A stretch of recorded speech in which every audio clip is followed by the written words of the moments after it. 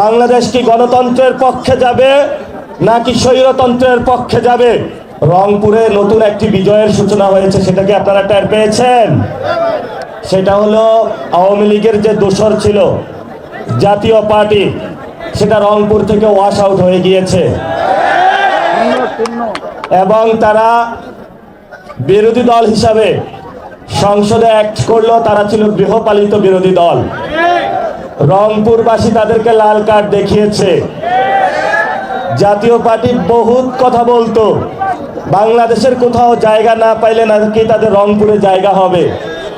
রংপুরবাসী তাদের সঠিক বিচার করেছে এবং জায়গা ঠিক করেছে যে ফেসিবাদী কোনো শক্তির সাথে তারা আপোষ করবে না ইনশাআল্লাহ। প্রিয় রংপুরবাসী, আমরা বাংলাদেশের খুব সংকটের মুহূর্তে যাচ্ছি। আগামীকাল সংসদ অধিবেশন শুরু হচ্ছে।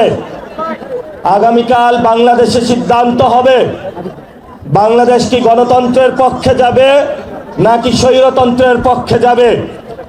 যদি আগামীকাল বাংলাদেশ স্বৈরতন্ত্রের পক্ষে যায়, আমাদেরকে আরেকটি বিপ্লবের প্রস্তুতি রাখতে হবে ইনশাআল্লাহ। আমরা অনেক ভুল করেছি, আমরা অনেকের প্রতি দয়া দেখিয়েছি, অনেকের প্রতি মায়া দেখিয়েছি, অনেকের প্রতি সহনশীল আচরণ করেছি, ভদ্র ব্যবহার করেছি, সভ্য সমাজের সূচনা করেছি। কিন্তু আমাদের যে দুর্বলতাকে আপনারা নিয়ে বাংলাদেশ আওয়ামী লীগের পুনর্বাসন, চুপ্পুর যে ভাষণ সংসদে বাজানোর প্রচেষ্টা করছেন, আওয়ামী লীগের অফিস খোলার চেষ্টা করছেন, এই সকল পায়তারা যদি চালনা আপনারা রাখেন, তাহলে আপনাদের বিরুদ্ধে আমাদের যুদ্ধ অবতীর্ণ হতে হবে ইনশাআল্লাহ। গতবারে আমরা একটা ভুল করেছিলাম, আন্দোলনে অনেকে স্টেক নিয়ে বাংলাদেশের জনগণের উপরে চাঁদাবাজির মহাসাম্রাজ্য চালিয়েছিল, সন্ত্রাস চালিয়েছিল, দুর্নীতি চালিয়েছিল। এবারের আন্দোলনে আমরা বলবো, যারা চাঁদাবাজি করেন, সন্ত্রাসী করেন, দুর্নীতি করেন, আল্লাহর রাস্তায় আপনারা দূরে থাকবেন। আন্দোলনের দোহাই দিয়ে আপনাদেরকে আমরা চাঁদাবাজির গ্রিন কার্ড আর দিতে পারবো না। নতুনভাবে শুরু হয়েছে, অনেকগুলা মন্ত্রী হয়েছে, চাঁদাবাজির নতুন সংজ্ঞায়ন করেছে সমঝোতা। তারা আওয়ামী লীগের সাথে সমঝোতা করে, চাঁদাবাজির সাথেও সমঝোতা করে, সন্ত্রাসের সাথেও সমঝোতা করে, দুর্নীতির সাথেও সমঝোতা করে, ভারতের সাথেও সমঝোতা করে, আওয়ামী লীগের সাথেও সমঝোতা করে। এই নব্য সমঝোতাকারীদের আমাদের বয়কট করতে হবে ইনশাআল্লাহ। আমাদেরকে কথা বললে কথা বলেই নাকি তাদের চুলকানি শুরু হয়ে যায়। নাসিরউদ্দিন পাটোয়ারি এমনি ভালো, শুধু বিএনপি সম্পর্কে না বললেই তার হইল। আরে ভাই, আমি বিএনপি নিয়ে বলতে চাই না, আমি চাঁদাবাজদের নিয়ে বলতে চাই, সন্ত্রাস নিয়ে বলতে চাই, দুর্নীতি নিয়ে বলতে চাই। যদি তোমার দলে এগুলা থাকে, দ্রুত তাদেরকে বের করুন, না হলে আজকে যেমন মানুষ বলছে আব্বাস চাঁদাবাজ, কালকে বলবে বিএনপি চাঁদাবাজ। সময় কিন্তু এখন বেশি নাই। অনেকের গা একটু শিউরে উঠে যে আব্বাস চাঁদাবাজ বললে যে একজন ব্যক্তিকে এত অ্যাটাক করা হয়। এটা কোনো ব্যক্তি আব্বাস না, এটা পুরো বাংলাদেশের তাদের চিত্র ফুটে উঠে একটা ব্যক্তির মধ্যে দিয়ে। এই জন্য দ্রুত এগুলা বন্ধ করেন। যদি বন্ধ করতে না পারেন, তাহলে সবারই কিন্তু চাদর ধরে আমরা টান দিব। যেখানে লেখা আছে চাঁদাবাজ, সন্ত্রাস, দুর্নীতি, সেখানে আমাদের শক্ত লড়াই হবে। আপনারা ঘরের দেওয়ালে, মার্কেটে, বিভিন্ন জায়গায় লিখে রাখবেন, চাঁদাবাজদের বয়কট করুন। এখানে চাঁদাবাজের প্রবেশাধিকার নিষিদ্ধ, সামাজিকভাবে তাদেরকে বয়কট করতে হবে। মসজিদের মিম্বার থেকে খুতবা দিতে হবে, ক্লাস থেকে টিচার ঘোষণা করতে হবে।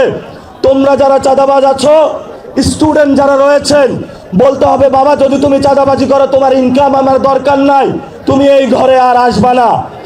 বউ তার জামাইকে বলতে হবে, তুমি যদি চাঁদাবাজি করো, তোমার সংসারে আমার খাওয়ার দরকার নাই, দরকার হয় আমি রাস্তার পাশে দোকান দিয়ে খাবো, তবুও চাঁদাবাজদের টাকা আমরা ধরবো না, ধরবো না।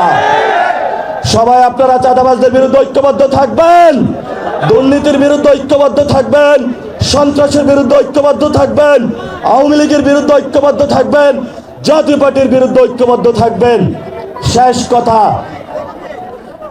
আমাদের একটি দল রয়েছে যারা সারা জীবন রাজনীতি করেছে, ভারত বিরোধী রাজনীতি, এখন তারা ক্ষমতার মোহে অন্ধ হয়ে ভারতের সাথে সমঝোতা করেছে। বাংলাদেশে আমরা বলতে চাই, আমরা মান মর্যাদা চাই। আমরা হতে পারি গরিব, আমাদের অনেক সংকট থাকতে পারে, কিন্তু মর্যাদার প্রশ্নে আমরা কোনো দেশের সাথে সমঝোতা করতে রাজি নই। তোমরা যারা সমঝোতা করেছো, আওয়ামী লীগের সাথে আতাত করেছো, বাংলার মানুষ একদিন তোমাদেরকে জবাব দিবে। গত 50 বছর রাজনীতিতে প্লে করেছো ভারত কার্ড, নতুন করে এখন সমঝোতার কার্ড চালু করেছো। আমরা তোমাদেরকে হুঁশিয়ার করে দিতে চাই, বাংলাদেশের মানুষ 18 কোটি মানুষ যতদিন জীবিত থাকবে, রংপুরবাসী যতদিন থাকবে, ভারতীয় আধিপত্যবাদ আমরা বাংলাদেশে মেনে নেব না।